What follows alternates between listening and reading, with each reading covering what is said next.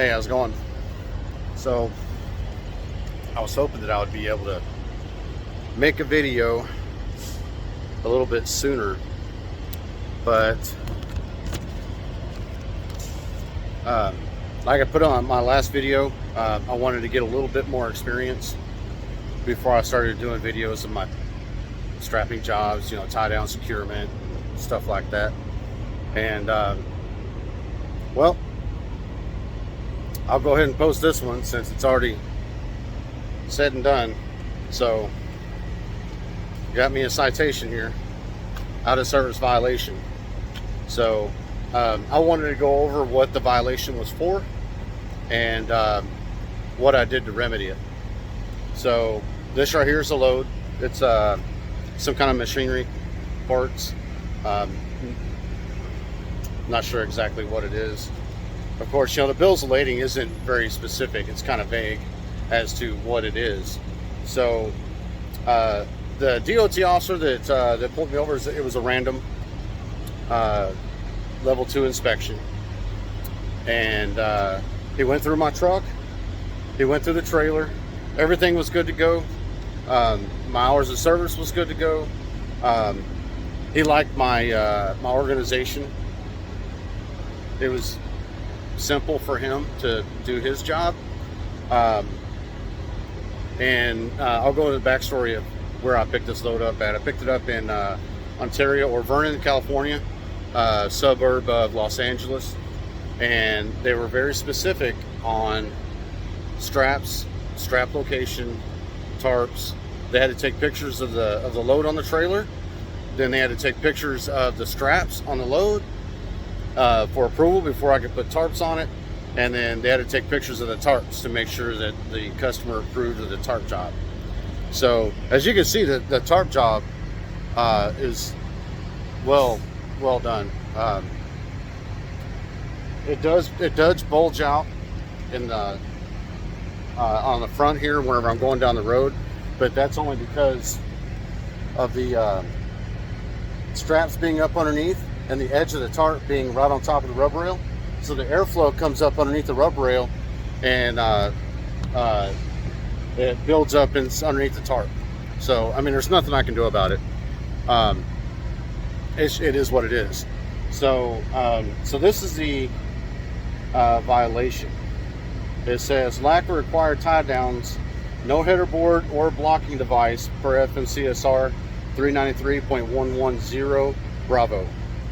So what he got me for was these straps right here, this one and that other red one right there. Those weren't on this load whenever I got pulled over. That was my remedy.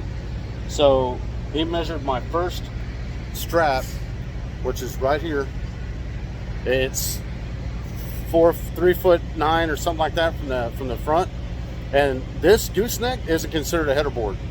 So everything that I put on here is just like being on an open deck trailer. So my next strap is right here, and it's at, what did you put on here? 15 foot 3 inches, approximately 15 foot 3 inches. And then back here, right here, as you can see up there, you can see where the end of that one comes to about right here. So this first crate is 19 foot 7 inches roughly, 19 foot 6 inches. So according to FMCSA, I have to have 2 straps within the first 10 feet, which satisfies this requirement right here. So you got the first strap right around there. Oh, I'm sorry. Right around here. That's now the first strap. I got a second strap within 10 feet, and then you have to have a strap every 10 feet after. So this right here is at about 6 feet. And then my last strap down here, and then there's only 3 feet or 4 feet from the end of that first crate. So it was an out of service violation, but since I was able to remedy it on site or at scene, I was able to go. It wasn't out of service, but it was an immediate fix, so I could continue rolling.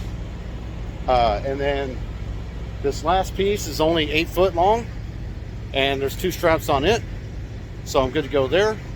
And then this last piece is about 2.5 feet long or something like that. But since this is the very last crate on the trailer, it requires 2 straps, and I got 2 on it. So total length of the load is 39 feet 7 inches or something like that. And it comes all the way up to the edge of the trailer. And of course, I got my tarps all tucked and snug, and I haven't really had to mess with the tarp back here. I got it, I got it pretty much tied down so that it doesn't blow or flap in the wind or anything like that.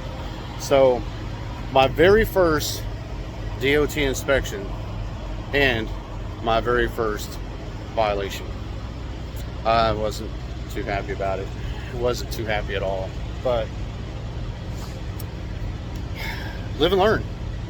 I got tied up in the moment whenever I was strapping this load down and tarping it and everything, and make sure that the customer was happy.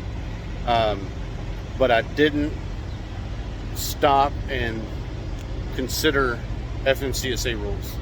And I got a cheat sheet in the truck. I just didn't. I'll have to get it out from this point forward.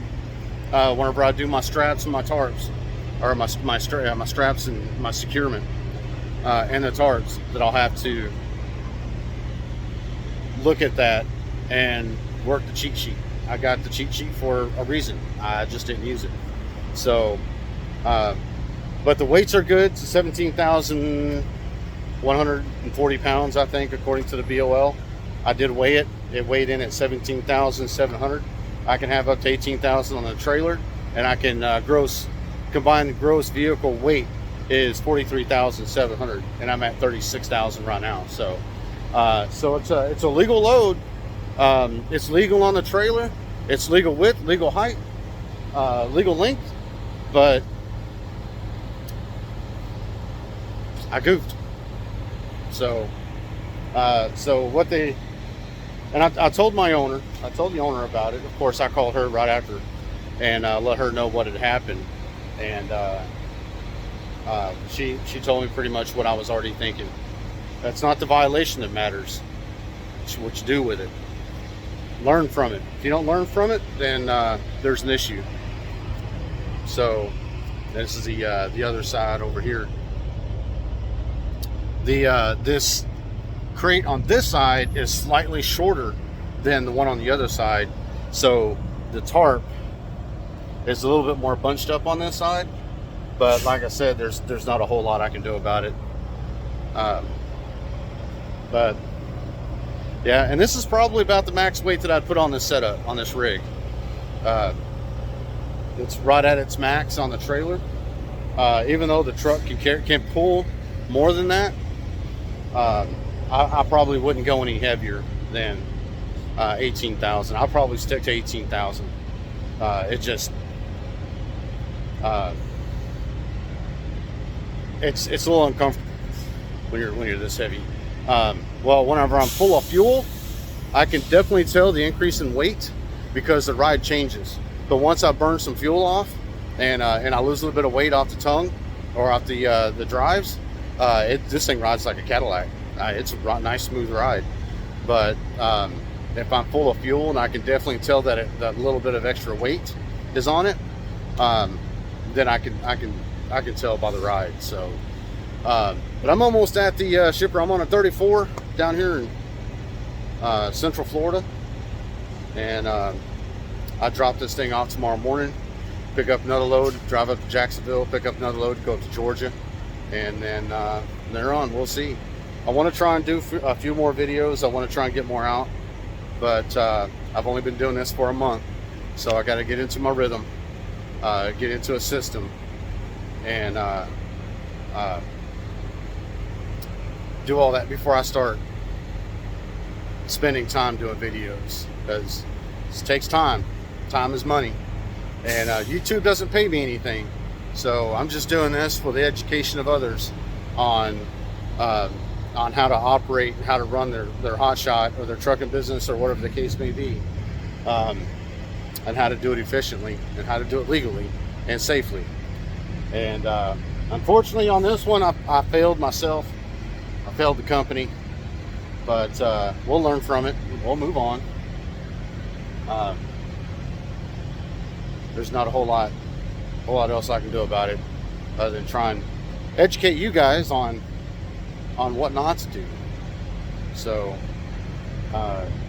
we'll end it off there, and I gotta go check my laundry since I'm way out here at the truck. My laundry's inside the truck stop, so we'll see what happens, and we'll keep on keeping on. We'll talk to you guys later. Thank you.